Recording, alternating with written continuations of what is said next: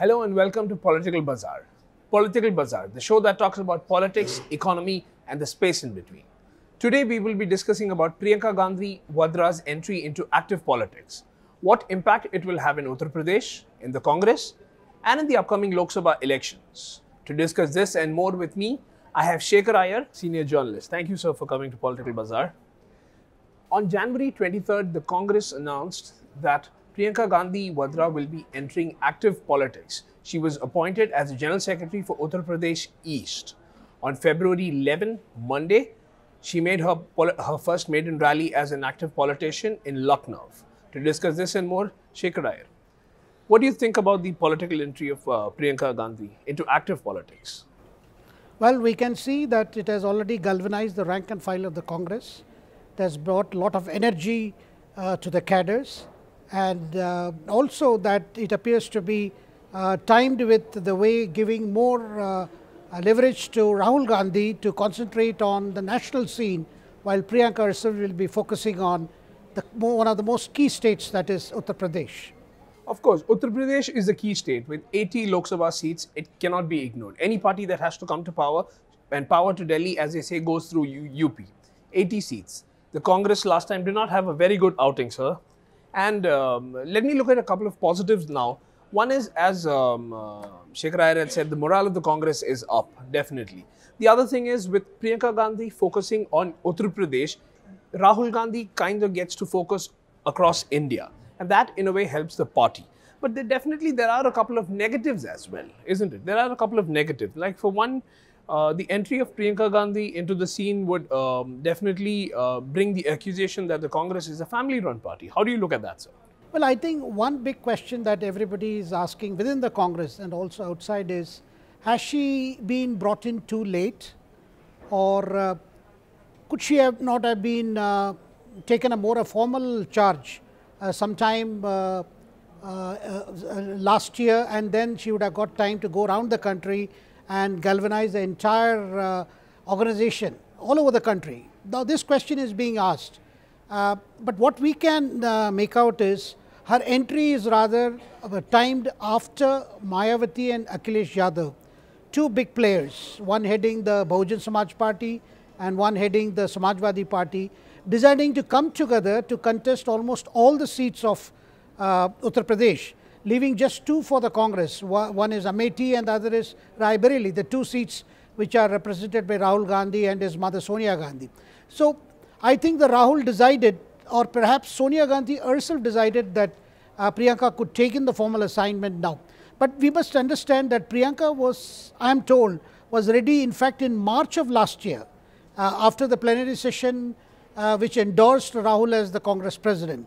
But at that time, I think Sonia wanted Rahul to settle down as president of the party, and Priyanka was asked to help Rahul in an informal way, and that's what happened. I should ask you this question, since you mentioned about this BSP-SP combined. Do you think that with Priyanka Gandhi entering active politics, does it upset in a way the contest that was there, which was predominantly seen as a BSP-SP combined versus BJP? And with Priyanka Gandhi coming in, do you think it's going to be a three-way contest and could actually cut into each other's vote? No, by inducting Priyanka into the party as AICC General Secretary in charge of Eastern UP, the Rahul has sent a message not just to the BJP, which remains the main opponent, and also to these potential allies, both BSP and SP, that the Congress takes Uttar Pradesh seriously, and any revival of the Congress has to start with Uttar Pradesh. And by sending Priyanka there, and for Priyanka herself, it is that follows the famous dictum, you have to eat the frog means you eat the frog, because this is one of the hardest challenge for the Congress. Without a revival in Uttar Pradesh, the Congress cannot get revived anywhere. Therefore, by asking Priyanka to just move in at this juncture, it's a signal to these two allies too that they can't take Congress for granted. But do you think Priyanka Gandhi's entry at this time, what do you think is the impact it's going to make in UP? Let's take UP first.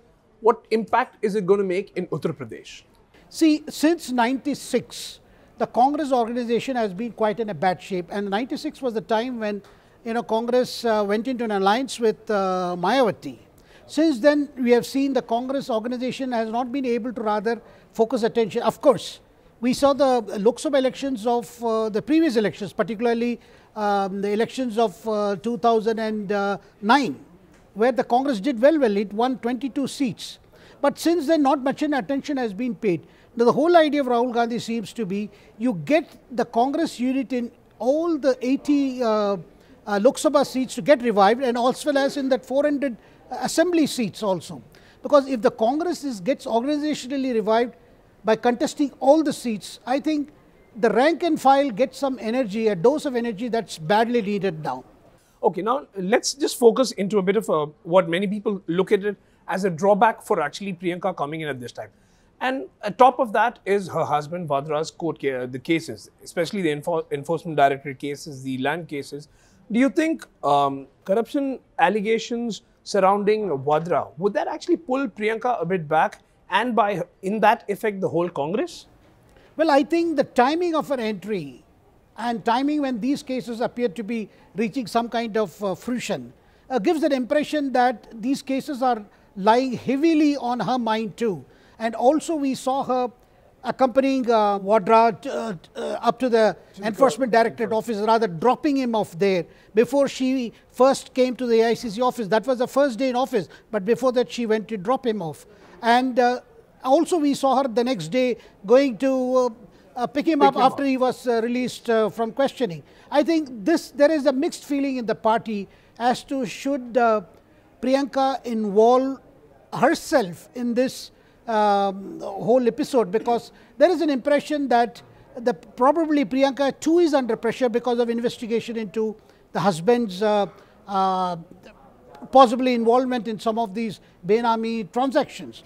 So I think there is a pressure on that, because some seniors in the Congress party feel that Priyanka could have shielded or insulated the party from Vadra, because that's what the Gandhi family has done so far. They have not been coming out. But with Priyanka's reactions to these developments, that situation has changed. So far it has been Vadra as a private person, the Congress has not really been affected by it. And now that Priyanka is actively in politics, you're saying that the Congress is also being pulled into this. Yeah, because Congress is being pulled into this, and even Rahul has made a comment to that effect that we are willing to face any probe or anything. I think there is a change in stance, because the Gandhi family, even during the UPA rule, tried to distance from the activities of Vadra. But now that the Vadra is under severe focus, somehow the family is coming to his rescue or coming to defend him. I think that defense of Vadra is also going to be a political challenge, because Prime Minister Modi has already started attacking the family, particularly for Vadra's role.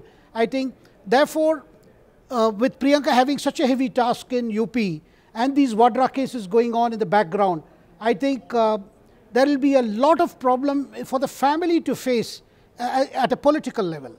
That brings me to the last question. It's a hypothetical one, but a look into the future. Do you think that with Priyanka Gandhi coming into active politics and going to be here, presumably going to be here for a couple of years now, do you think in the future the Congress would have, is there a possibility of a dual power center with Rahul Gandhi and Priyanka Gandhi both in the party?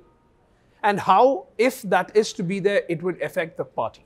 See, so far Priyanka's entry has been a matter of the family decision. That is Sonia, Rahul and Priyanka herself deciding about the extent of her entry, the area of her operation, what kind of leadership she should give to the organization.